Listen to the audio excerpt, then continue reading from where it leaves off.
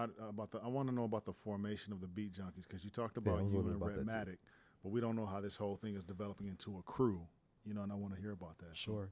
So Redmatic, Curse, again, those were kind of like they were kind of leading the way in terms of like the mobile DJ scene around my way.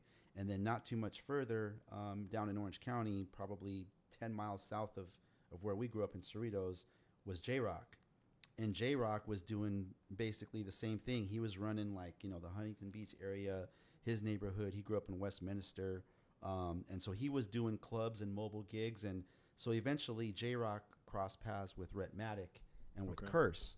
I couldn't tell you what club. That's their story to tell. But they started like running into each other.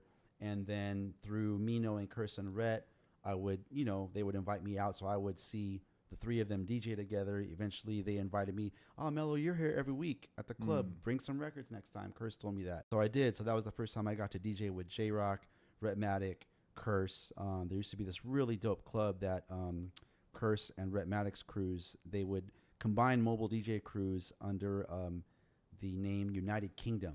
So United Kingdom was like 4 mobile crews, like a Voltron of mobile crews. And they would throw this club called Spice in Hollywood. Dope For you club. youngsters out there, Voltron is a classic cartoon. Let them know. Yep. So they threw this really dope night every Thursday called Spice. And it was 2 rooms. It was the main room, which was original Beat Junkie DJ What, another cat from United Kingdom, Paul the Man.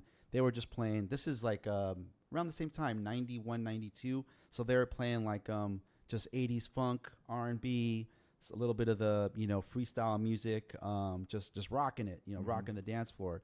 And that room was always packed. Grandmaster Kaz used to come through, jump on the mic. Wow. Whipper Whip was in there a couple times. And same thing, I was just a fly on the wall, just kind of like I would go in there, hang out in that club, like, look at a couple of the young ladies and watch, Redmatic and, what, and everybody do their thing. And they were dope. They would rock the parties and just drop on the one and crowd. They would get the reaction, and then I'd hang out there for like 15 minutes. And then downstairs in the basement was kind of like, it was like a lounge, but they would set up 4 turntables. And that's where Curse, Redmatic, J-Rock, they would do freestyle 2x4. So that's where they invited me to come and bring some records and DJ. So that was kind of like my kind of break the ice moment with the 3 of them, like in terms of like DJing, together.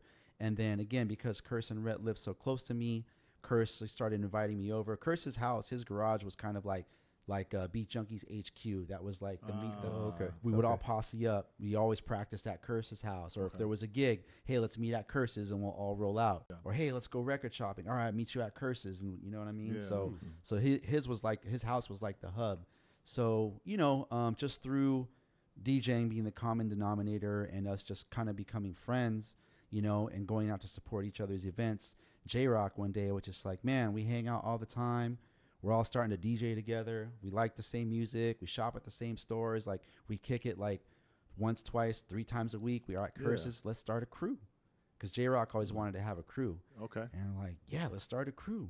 What are we going to call ourselves? He's like, the Beat Junkies. So that was more J-Rock's vision. He always wanted to have a crew.